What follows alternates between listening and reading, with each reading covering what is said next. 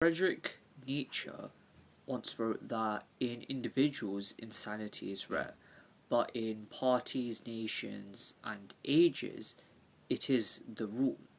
This demonstrates that if we were to look at different eras of history, we would find certain points which they maintained, which we would often see as insane.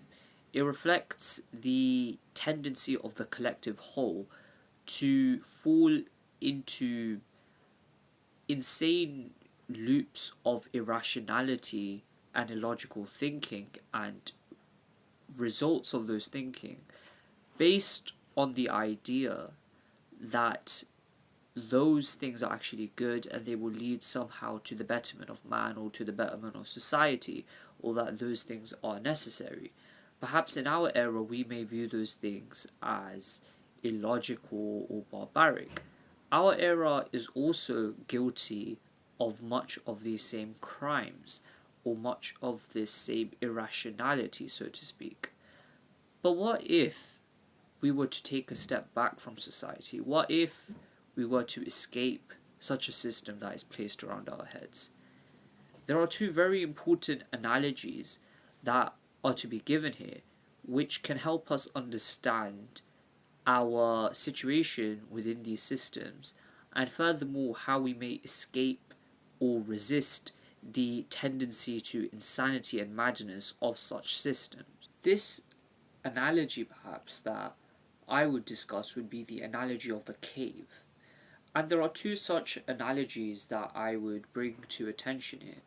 The first is the Platonic analogy of the cave, or Plato's famous cave allegory. Now, Plato discussed his cave allegory as the following. Imagine that there are three men, or a few men, who are binded in a cave. Now, behind them there is a light source by which different images are projected. The men thus see the shadows of those projected images on the wall of the cave which they are facing. So for all of their lives, all that they have known are the shadows that these projected images cast on the wall of the cave. Hence, their understanding of reality is restricted to these mere mirages. If we were to allow one man to escape this cave, at first he would be dazzled by the sunlight. Because of the fact that he has lived in the darkness of the cave for so long, he would not be able to bear the burden of gazing upon the sunlight. Yet eventually he would be able to deal with it, his eyes would adjust, he would have to come to terms with the outside world.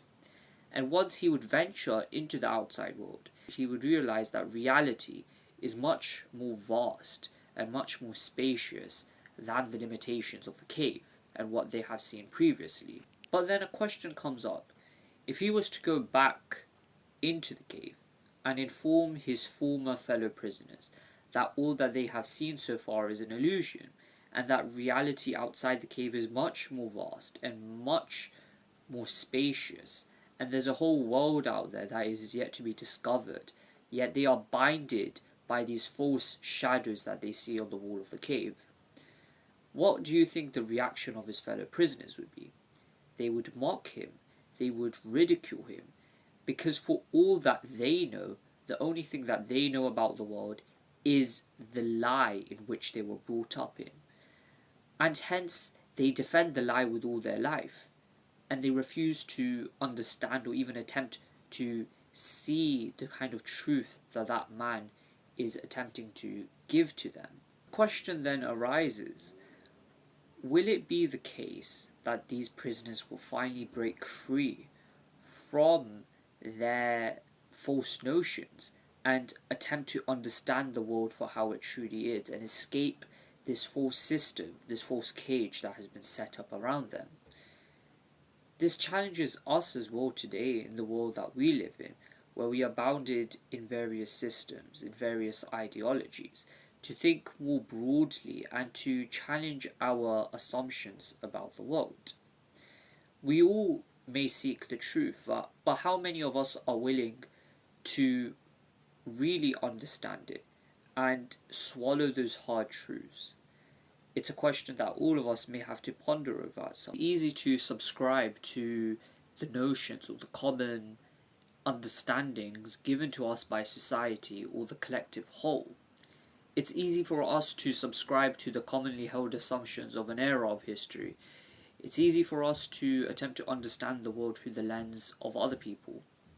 But how many of us may be willing to break down these assumptions, challenge the old ones, and see reality for how it truly is? Interestingly enough, there's a second narrative that reverses this analogy on its head and presents a completely different perspective on this. In the Quran, chapter 18, it mentions a group of people, the companions of the cave, the Ashabul Kahf, who sought refuge from the persecution against them by their society for being monotheists, and they sought refuge in a cave.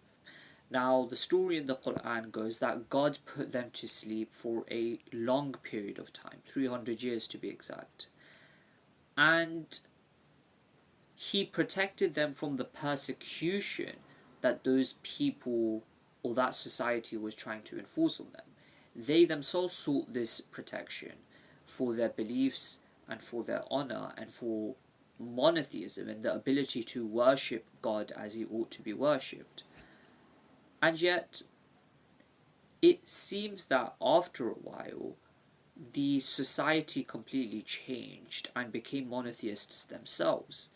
And God preserved these people for such a long period of time and brought them forth once more to allow the people to witness a sign of God and to see that the promise of God is true, or that monotheism and that this practice of worshipping one God would be true.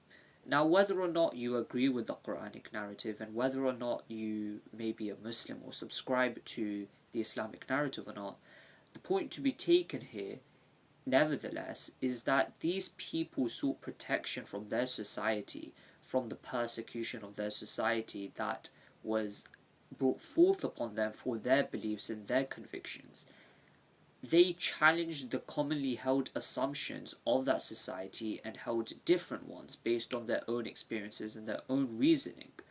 And due to that, they were persecuted, and hence they sought refuge in this cave.